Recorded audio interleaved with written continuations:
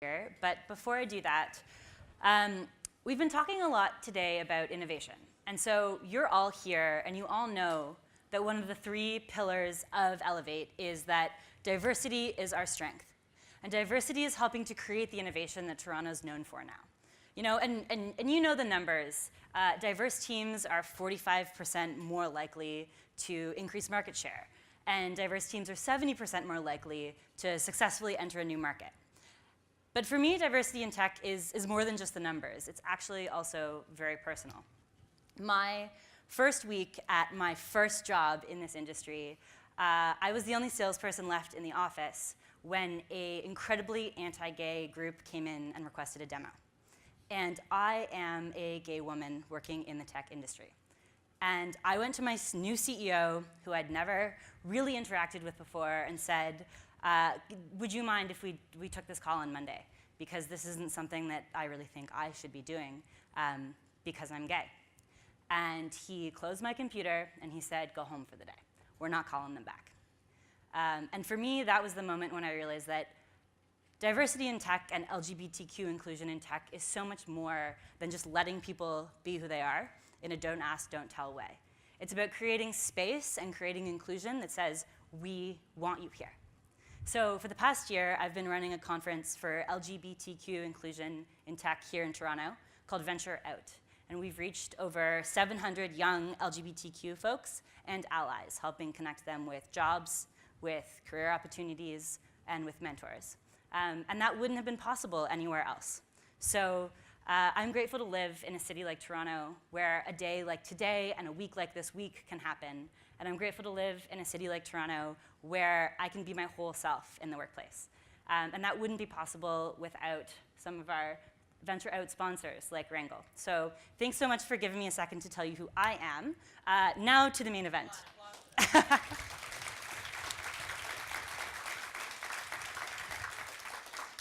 So Farhan Thawar from Helpful is here to tell us some stories today, as he said. He is an engineering guru and is named one of Toronto's top 25 most powerful people in tech.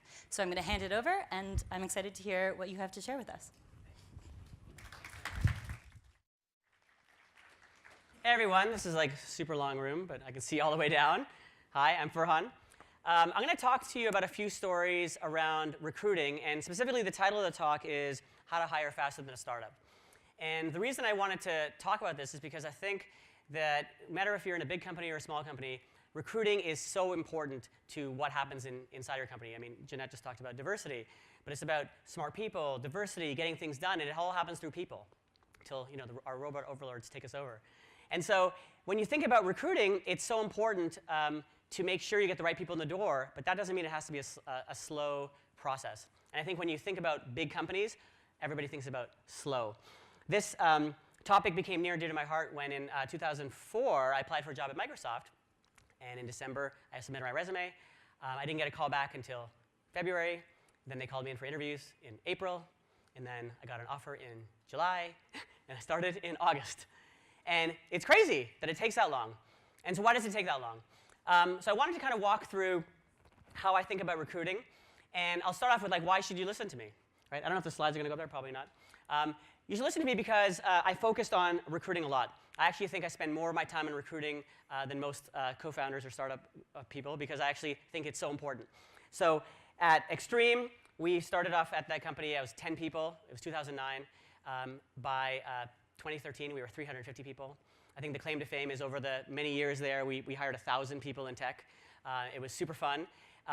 And I think we did a lot of things differently, which allowed us to scale that way. We thought of diversity. We thought about internships. We thought about how to make a team work well together. And I want to share some of those lessons.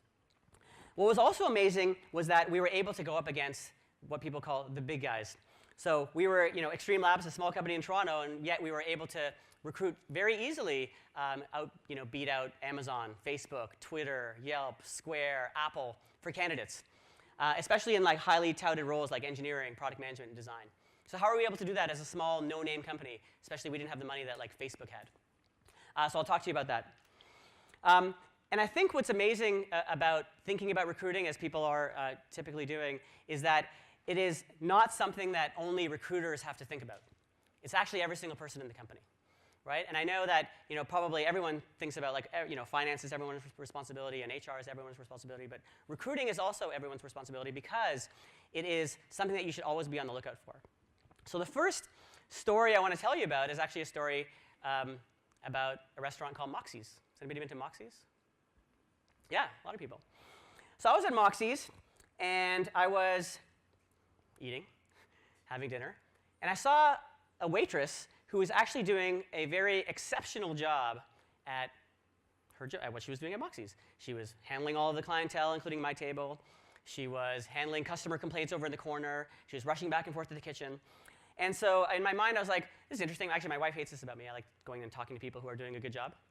So I saw her doing a good job. I'm like, wow, you're really good at this. Like, do you do something else? Like, are you in like operations or something? You've managed to handle all these people, and you've moved around to different areas. And she's like, no, I only work at Moxie's. I said, oh, would you ever like to work outside of Moxie's? And she's like, what do you mean? Like, this is a weird, like, I'm a customer asking her if she wants to work somewhere else. I said, well, I have this company, Extreme Labs. I'm VP engineering. And you just look so good at doing this that I think that you could do something else. And so she became our receptionist at Extreme Labs. And after doing a great job as a receptionist at Extreme Labs, she quit Moxie's. She was doing both for a while. She became our head of recruiting. And then she did a good job at that. She became our head of HR. And then she did a good job at that. And now she's actually a director of HR at another company. And so what's interesting about that story is that it wasn't that I was looking for somebody, like specifically saying, I need a receptionist at Extreme Labs. It was that I saw somebody and I thought that she could do a good job, right? The other day, actually, it's not even part of my deck, but I had somebody come over, like a knife salesman. That they sell knives. Cutco. Anybody had Cutco or, I don't know. Yeah, you have Cutco. There you go. He came over to my house and he was selling me knives, and my wife knew right away because he was so sharp and so good that I'm like, I need to hire this guy. And so I started talking to him. I'm actually talking to him still. But he did such a good job. I asked him questions. Where are you from? What are you doing in school? He's like, oh, yeah, I'm just selling knives door to door, literally through networking. And again, kind of spotting that talent. And now he's in like finance at like Hermes, the brand, the fashion brand. Anyway, so it's interesting. You should always be on the lookout for talent. I think the reason that I bring that up is that it is not about your recruiting team. It is not about the jobs you have open. It is not about, we need this right now. It's about always being on the lookout for smart people and hungry people doing interesting things. And so, if you ever see me out on the town or whatever, you'll see that I'm always noticing what people are doing and who's doing a good job because I'm always looking for folks that might want to do something else. And it leads me into this topic about that I actually had a debate this morning with another CEO around experience versus potential. One of the things we learned early on at Extreme, and the same thing's happening at Helpful, is that I'm a really big fan of potential. I don't think you have to have the experience in order to learn how to do a job well. And so one example right now at Helpful is that I went out and we were starting to do some things in artificial intelligence. And my first thinking was, well, I need to hire a PhD in AI, right? That's what most people do. And so I went out and started looking for PhDs in AI. And I talked to other people who were interested in machine learning, and I hired 2 people. One guy was at a startup in Toronto who was just interested in machine learning. I thought he could be a good addition to the team. The other guy was a PhD in machine learning who taught at the university. And so you'd be like, okay, well, this person can lead the team, and this guy can learn from him. And what happened over the 90 days that we brought them in was that the person with the PhD was clearly not a fit for what we were doing. He wasn't able to turn his research into applicable action. He wasn't able to communicate with the team. He wasn't able to show us his work. Meanwhile, the person who was just young and hungry to learn about data science and machine learning is now running all of our machine learning efforts at Helpful. And what's amazing about that is that this story repeats over and over again.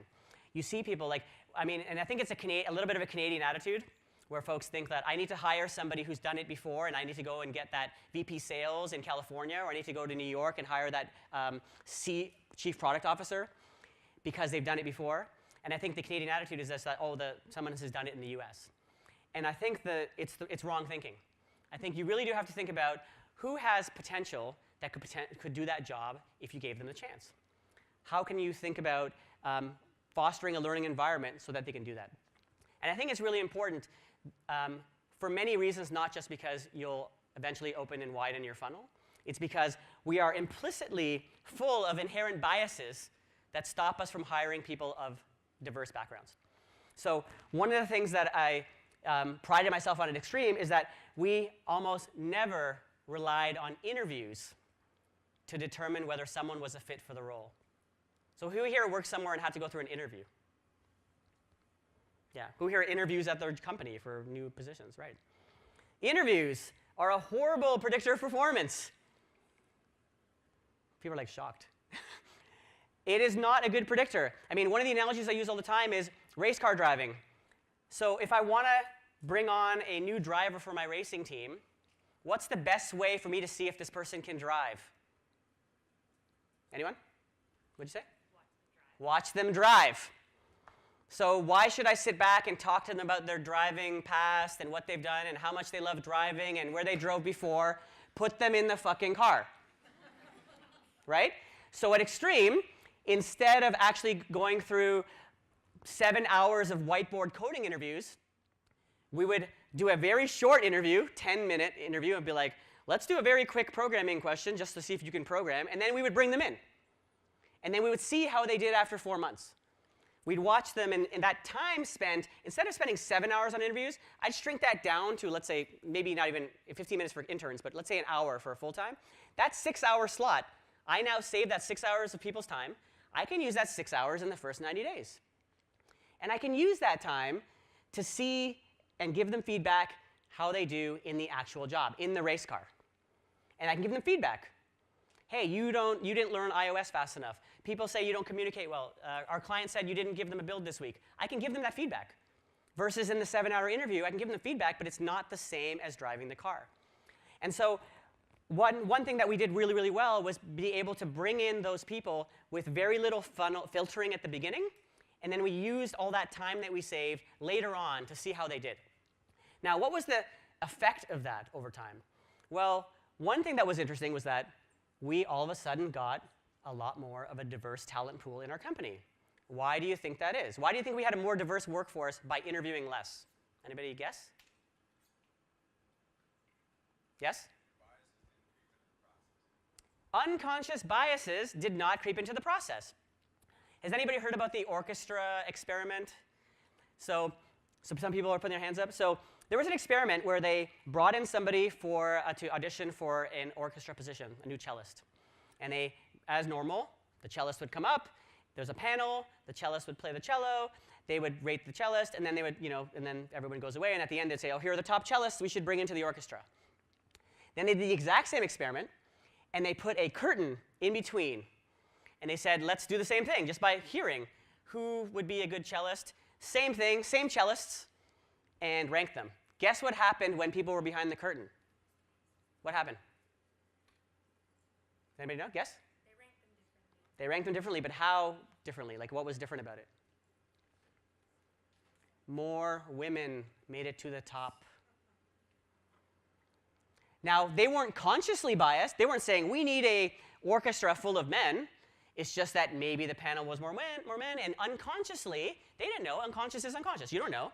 You just thought that the male cellist looked better playing the cello, who knows, was your buddy, like, no idea. But it's unconscious. And so my hypothesis around interviewing less is that some of the unconscious biases can be reduced because you're not bringing in more people to evaluate somebody on something that is not related to their job. Whiteboard coding is not the job. So we try to minimize that. Writing code in front of a computer, in our case pairing, is the job. So we try to do that more. Right? So it's interesting that if you try to reduce that process, it can help you get a more diverse workforce. Now what's amazing about that also is it's faster. Right? This whole talk is about how to hire faster. Guess what? It's faster to interview less. It's not 7 hours, it's 1 hour. We spent that same amount of time later on, which actually meant we didn't spend overall more time, just at the right spot. Cool? Now, what was amazing about that process also was that we were able to make a decision super quickly. Right? When I was telling you the Microsoft example, December to August, at Extreme Labs, we could hire you in an hour. So what would happen was a candidate would come in, we would give them a tour of the office, we would meet with them for an hour, and then we would give them an offer. So literally what happened is one of my engineering managers would text me and say, he or she is doing well. I would come out with paper and be like, here's your offer. And what was amazing about that was it was a proxy for the candidate. The candidate would say, wow, you guys move really fast. And in their mind, they were saying, this whole company must be moving really fast. I want to work here. I had candidates tell me, this is better than Amazon's process. Because they literally came in, they met, and then they got an offer. And then, of course, we used that 30, 60, 90 days to evaluate, and we gave them a lot of feedback during that time. And yes, more people were exited in the 30, 60, 90-day process than would maybe be in a normal company. I would argue those normal companies probably don't do a good job of checking the 30, 60, 90 days to see if people are a fit, because they end up leaving maybe later in the 6-month or 9-month time frame. But we did a really good job of that. Cool? So I want to, I'm like going through some of my slides, and I'm skipping most of it. So I think another good story to tell you about is just speed matters, not just in how you think about hiring people and giving them feedback, but it can be something that you use as an evaluation tool, even for something as easy as internships. So I remember a story where myself and another one of my recruiters, we went to a career fair. And similarly, like I said earlier, I'm not a big fan of interviews. We had to go and hire a bunch of folks. And I go to career fairs all the time, right? You have like a booth, you have like your signage, you see people with t-shirts, you see people with like flyers about their companies. And what was amazing about that one was that we got there and my recruiter had forgotten all the collateral. So we get to the booth and we have empty booth. Okay, so just a blank table. All the other companies have like flyers and TV screens and the whole thing set up. And so people would come up to our booth and say, what do you guys do at Extreme Labs? And I was like, we build mobile apps. So luckily we both had 2 phones each, and we put our phones on the table and people would come and talk to us.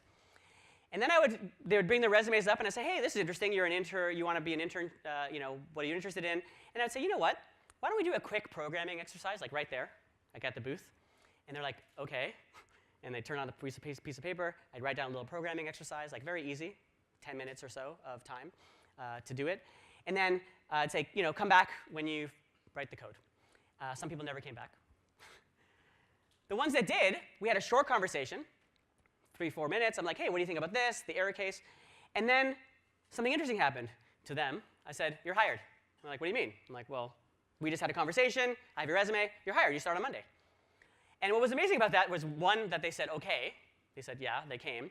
None of them negotiated. But I think the more interesting thing is, they're all interns. So interns don't usually negotiate. But I thought it was funny that they didn't even ask the salary. They literally didn't. They just said they came on Monday. Was that it was more about, for me, I learned more about not the internship process and recruiting those interns, but talking to the other companies. So I went around at the end, because all the companies are still there. And I said, hey, how did you do today? Like at your booth, whatever. It's like, oh, we gave away 50 t-shirts. And I said, how did you guys do? And they're like, oh, we gave away all our flyers, and like we got 100 resumes. I'm like, great. And then they said, how about you guys? I'm like, I hired 7 people. And you should have seen their face. Because they didn't have the goal in mind. What is the goal of a career fair? Hiring. How many people hire at a career fair? Only me. Right, but that's the goal, right? So why weren't people doing it? Any reason? I'm going to ask a question. Why do you think people were not hiring at the career fair? No answer. Yeah?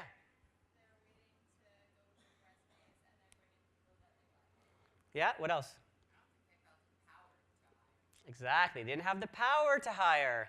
Right, so this happens to me all the time. I hear it all the time. They're like, oh, well, we have to hire 10 people. I'm like, cool. Like, how many people do you have in your virtual bench? And they're like, what do you mean, virtual bench? I'm like, aren't you always talking to people? They're like, no, we have an open rec now, so we're going to start posting now. I'm like, that makes no sense. Why wouldn't you be posting all the time? Why wouldn't you be talking to people all the time?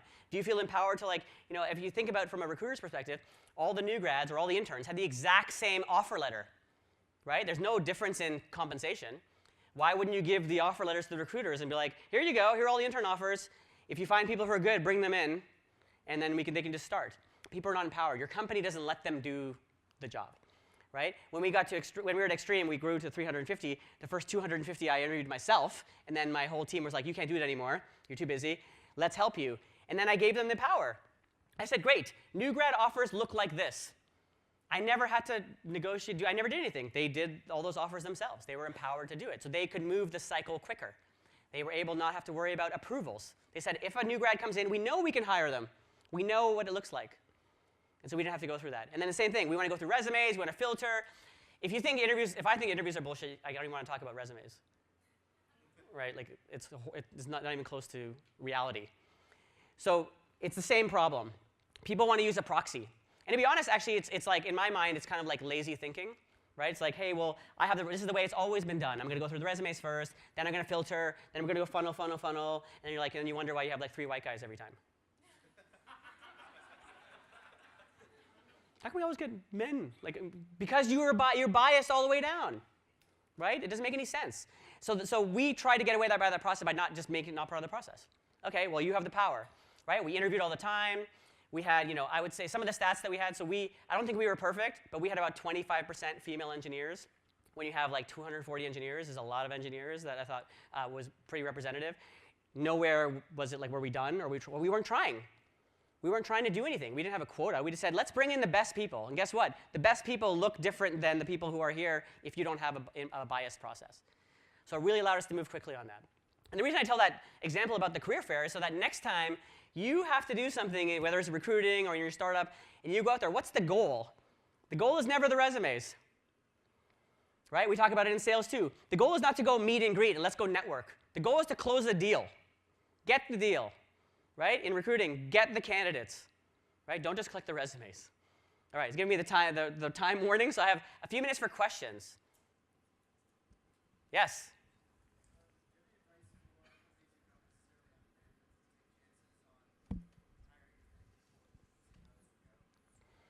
So, okay, I'll repeat the question. So, do you have any advice for companies that don't have the bandwidth to take on people that may not work out? So, I don't really understand the question because you're always bringing on people that may not work out. So, more criteria. Why do you need more criteria? Well, I'm just trying to analyze the question here. Basically, if taking chances for smaller bootstrap companies where obviously you're always taking a chance, but if people don't work out after 3 months, it's a little more crippling for some companies than others. It's crippling for all companies. So hiring the wrong person is crippling for all companies. So my process ensures that we never let people who suck last more than 90 days. Right? So I would say, can you move the time you spend pre-interview to the time you spend evaluating them in the role? And so you're not spending more time. And so bandwidth constraint I don't believe in because I started my own company and I literally hired the same way that I'm at 19 people now, but I literally did the same thing. I brought people in. Guess what? That machine learning person was not cheap, but I figured out in 90 days. I'm super happy. I'm not happy when somebody lasts more than 90 days because I'm like, we totally effed up, right? But I think that it's not a trade-off. It's not like, hey, we should, there's this process that is better for this type of person, and there's this process that's better for that type of person. Like, every race car driver should be evaluated by driving race cars. So I think everybody in role should be evaluated in role. And so I just don't have a better way. I'm open to better ways. I would love to learn a better way, but I don't know a better way than having them race the car. Yeah. Yeah.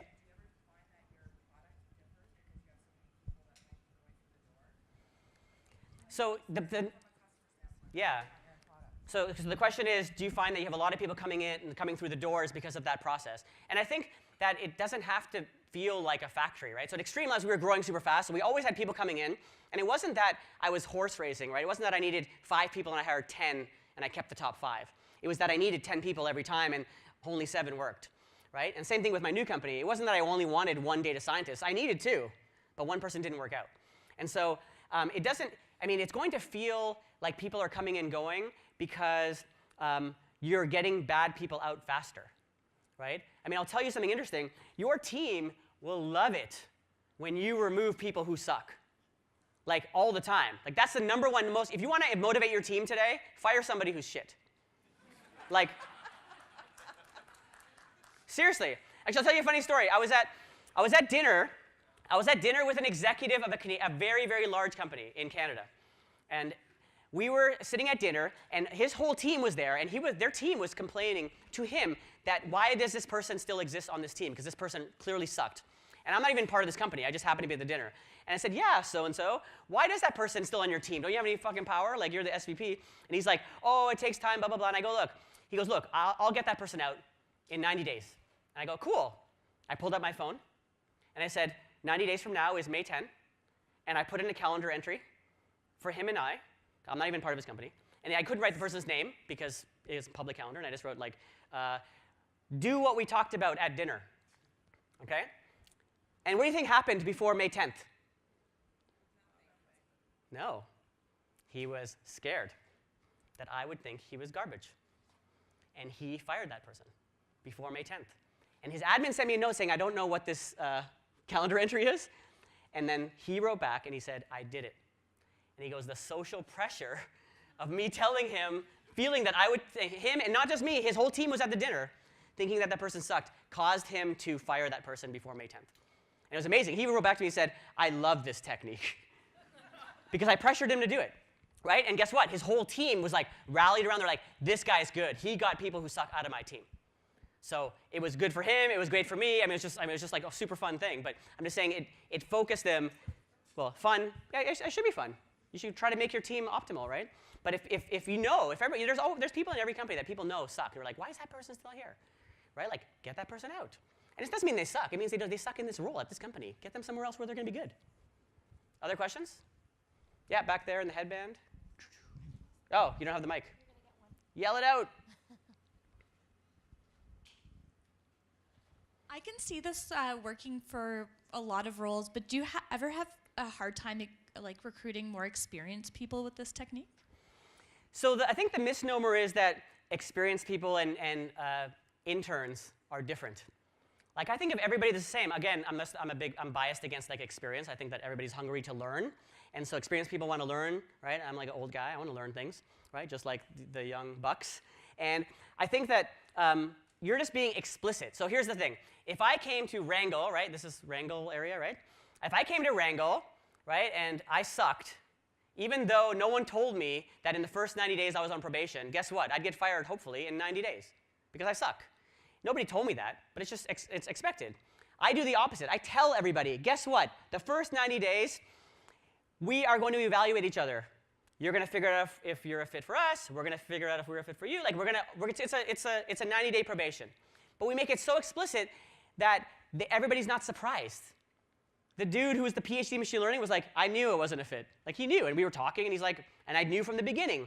And it's not any different because it's implicitly already part of what happens in every job. Within the first 90 days, you should be on probation. You should figure out if it's a fit for you.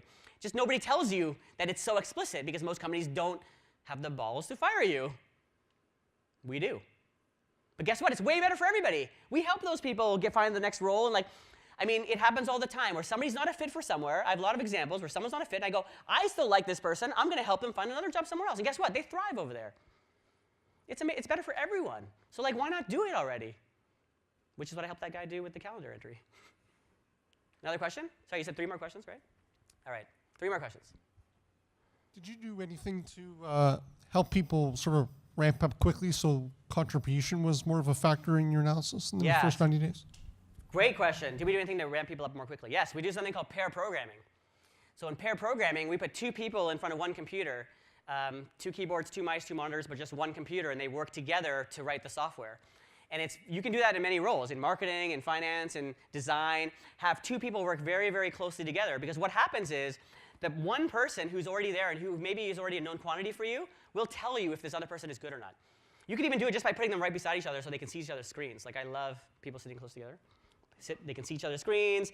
They will not tolerate bullshit like, oh my God, this person's on Twitter all the time. Like, they will tell you, right? So that happens, and it kind of self-reinforces the high effectiveness of your team. And what you do is you move them around. So if in pairing, you can switch people. OK, pair with so-and-so, pair with Lisa for 3 weeks, then go pair with Brian, right? Then go pair with Prakash, and then you're like, whoa, I got all this feedback now of how Jill is doing. And so now I can actually give a qualified, you need to work on this, you need to work on that. It's not working out, you're going too slow, you're going like I can get that feedback. So yes, it's not like, hey, let's go into orientation for a week and like read a book. It's like real work. And you can do it in all roles, not just in programming. And I would just say, if you can't pair people together on one computer, put them right beside each other so they can see each other's screens. I can guarantee you, good people won't tolerate bullshit beside them. More questions, 2 more.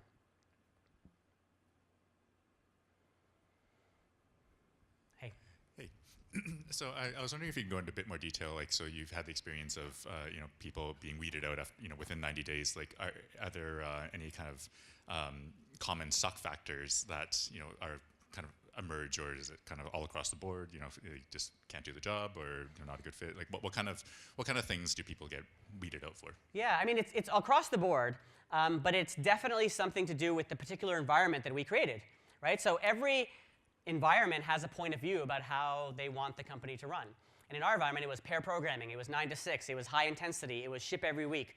It was use Tracker. Like, it was a very intense environment, and not everybody's up for that. But they wanted to see if they were up for it. And actually, so, to the leading part of that question is, well, what feedback do you give them to figure out if they should stay or not?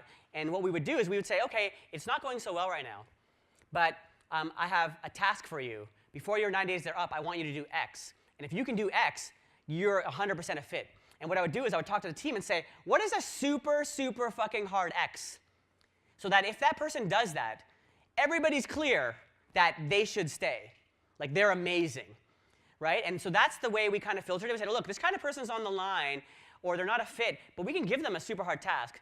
Now, what's amazing about that is 99% of the people will quit the same second you give them the task.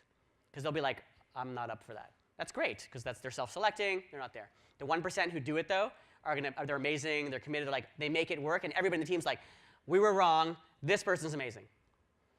So that's what we do. One more question. Last one. Yeah. Any internal exercises for the employer to figure out what that uniqueness is, or what that criteria would be? Often we struggle just understanding our own talent pool internally and what would be, a unicorn, or we've all been complacent in our roles for a while. How do we insert fresh blood with that kind of uniqueness, or how do we find that unicorn criteria if we're a little bit fuzzy on it or just been around for a while? Yeah, so, I mean, there's kind of two answers to that. One is, I always talk about things that work in practice and not in theory, because I don't know what the theory is behind them. But the one answer is, it doesn't matter. Like, I don't have I tried to, instead of figuring out the profile, I just talk to lots of people, right? So I go, OK, well, what's a diverse group of folks that I can chat with that potentially could be goodness for my company? And then I put them in a role in the company that has high visibility, but also is intense, but also has people kind of can look over and see if that person's a fit. So I'm not looking for particular roles. I'm usually saying, well, who are the smart, young, potentially young, or just hungry people for new experiences that are looking for a place to learn, are looking for a place to have high impact, and are looking to work with super smart people. And then I just let them. I don't try to buttonhole them into hey, well, I don't try to go back and say, OK, well, this person is a physics person from Queens. We should go to Queens and hire more physics people. I don't try to rationalize it. I just try to say, look, who's going to fit into this role? So I more just think about, hey, look, here's an open funnel. Let's bring in smart people, and let's see what they can do in different roles. Right now, one of my product managers is a physics person. I had at Pivotal, the director of engineering doesn't have a university degree. How did that happen? It happened because we just brought in smart people and they excelled in the role, right? We didn't care what they fit, and we never tried to figure it out. And I think the problem with trying to figure out that is that you'll end up bringing in people that are the same as you have, and you don't want that. You want diversity, right? We just heard the stat. The stat is true, right? The reason you want diversity is not for fucking quotas. Like, people are, oh, how many female engineers do you have? I'm like, why? Like, you can ask me. I'm happy to tell you. But what's the reason? The reason is because people are looking for quotas. It's not about quotas. It's about, if you have diversity, you have a better team. So I want to win. That's why I have diversity. The only reason. I want to win. Nothing else. No quotas, nothing else. Right? But that's the reason. So my second part of the answer is, have a giant internship program. You will learn so much from having interns. Like, they're a different generation. They learn technology differently. They grew up differently. And they will bring so much to your company that I think that you will learn a lot about yourself, and they will learn a lot about your company. It's a 4-month job interview. So at Extreme, we did 65 interns a term from Waterloo. Like, it was crazy. And it was amazing because we learned so much. We have a great network of people. They all loved their experience there. So that would be my answer to, if you want to learn something about your company, bring in some interns and get their feedback. So, all right, everybody, thank you.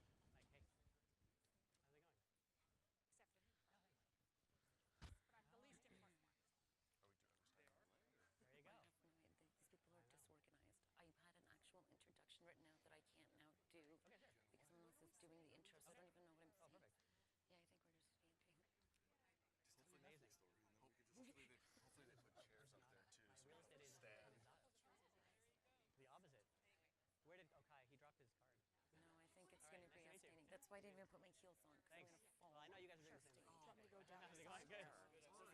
Okay. Where anywhere in Okay. particular? No, we you are want me to standing. Let's do it. sit, or What invisible seats do you left see? side of the stage? I think we're standing. No, fuck that. I'm not standing. Well, I'm not doing a panel Mike? standing there. Well, that's why I told. That's why I didn't put my